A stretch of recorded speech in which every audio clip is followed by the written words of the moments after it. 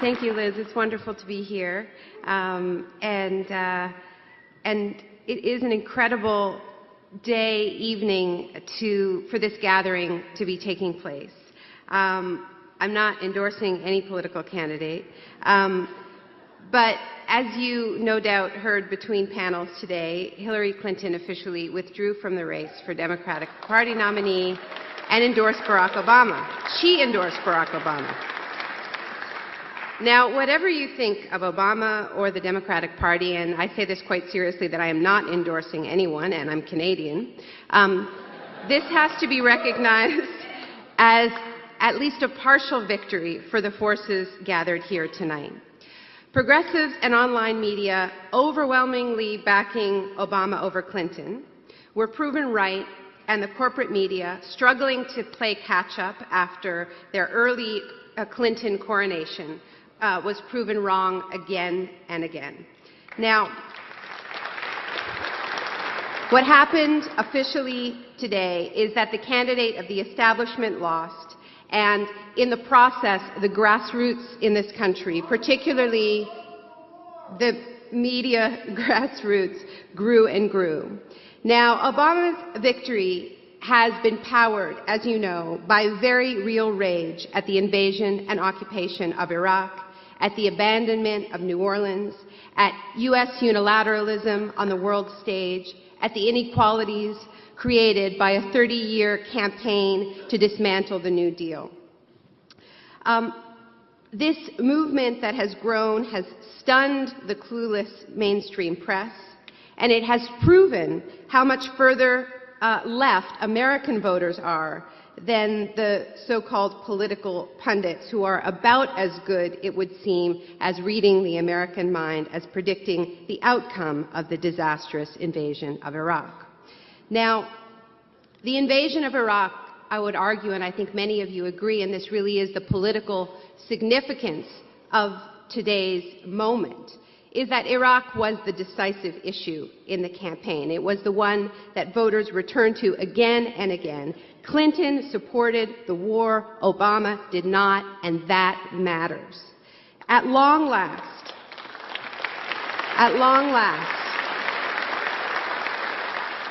there has been some accountability for the people who started this disastrous war. What happened today is that somebody paid a price at last. It's not enough, but it's a beginning. It's a beginning. And it's thanks in large part to the media movements represented in this room that there was finally some accountability. And now, of course, the establishment is scrambling to assert control over Obama to make up for its early bad bet. This is entirely predictable. We would expect nothing less, but the question is this: what will the people who helped win his historic victory ask of Obama now? I hope that you will demand that he earn the incredible trust that he has been given. Because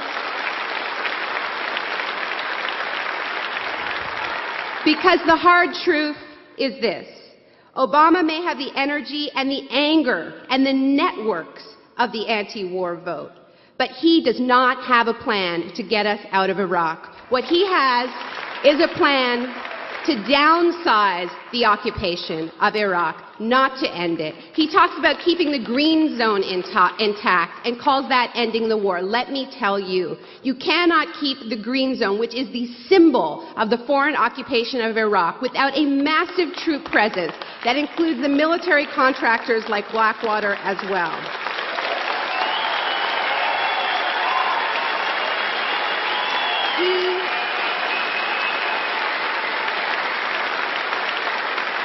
He may have the very real rage at the income inequality that has opened up in this country and around the world, but I am sad to say that he does not have a real plan to close that gap. And he may have the incredible, inspiring idealism of young environmentalists who are terrified about the future of this planet, but he does not have a green agenda that is a match to our climate crisis. So what is this moment that we feel, this confusing moment that we feel that feels like a victory, only we're not sure, and we should listen to that skepticism. Because it's time to use the power in this room to do more than cheer for political candidates as if they are rock stars, as if they are candidates on a reality TV show. Our job is to tell the hard truth, and it is our job to push for the kind of radical change that can actually turn the political tide. We are in times of global crises. You don't need to tell me this, of serial crises, of crises layering on top of each other, oil crises, food crises, housing crises, military and monetary crises. It is a time in this country when millions are turning to food stamps, are facing eviction from their homes, returning maimed from war. It's worth remembering that America has faced moments like this before, and those moments have produced some of the most important progressive victories in the history of this country. Now, I want to bring our minds back to another moment of profound crisis after the market crash of 1929. That was the moment that created the New Deal. Now, it didn't happen because FDR was a great guy. It happened because people in this country were so radicalized, were so determined, so organized, that he was able to sell the New Deal to the elites as a compromise, because the alternative was revolution.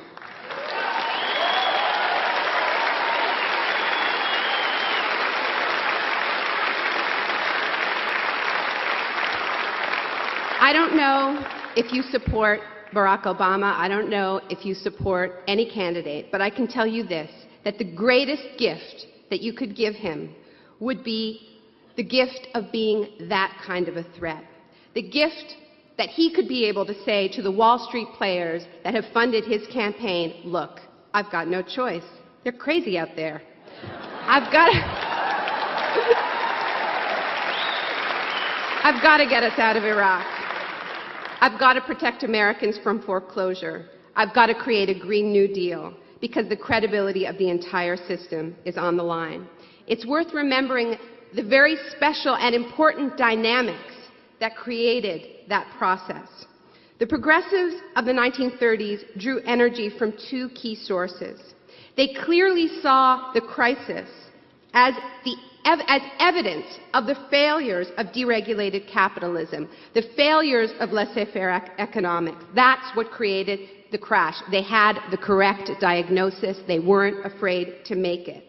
They also had their unshakable conviction in their own ideas, their own alternatives. And they had an unshakable belief that those ideas represented an end to the logic that had pushed so many into dire poverty so quickly. They declared an end to laissez-faire capitalism. Laissez-faire means let it be. We might call it stuff happens today. They wanted an activist government, one not afraid to do, to build, to plan, full employment. They did it through mass union drives, consumer organization, organizing students. They had this crazy idea. Their idea was that since Wall Street financiers had created the crisis, that de facto disqualified them from solving it.